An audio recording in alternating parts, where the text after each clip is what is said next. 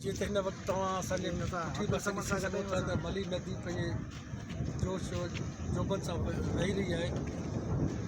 कल्ह राति हिकिड़ो इलाही ख़तरनाक वाक़ियो थियो, वॾो अलमियो थियो, जंहिंमें हिकिड़ी फैमिली हुई, जंहिंमें टे ॿार वॾा शामिल हुआ।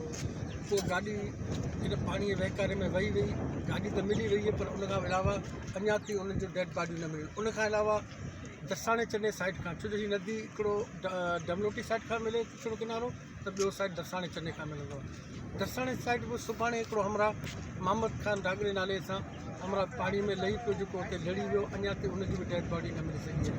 हिन ईदी जूं टीमियूं DC मली असांजा MP मौजूदु आहिनि, पर असां सम्झूं था त हिते घणी वण चढ़ ऐं नदी जे तेज़ वहिकारे करे ॾाढी रेस्क्यू करण में मुश्किलात पई अचे।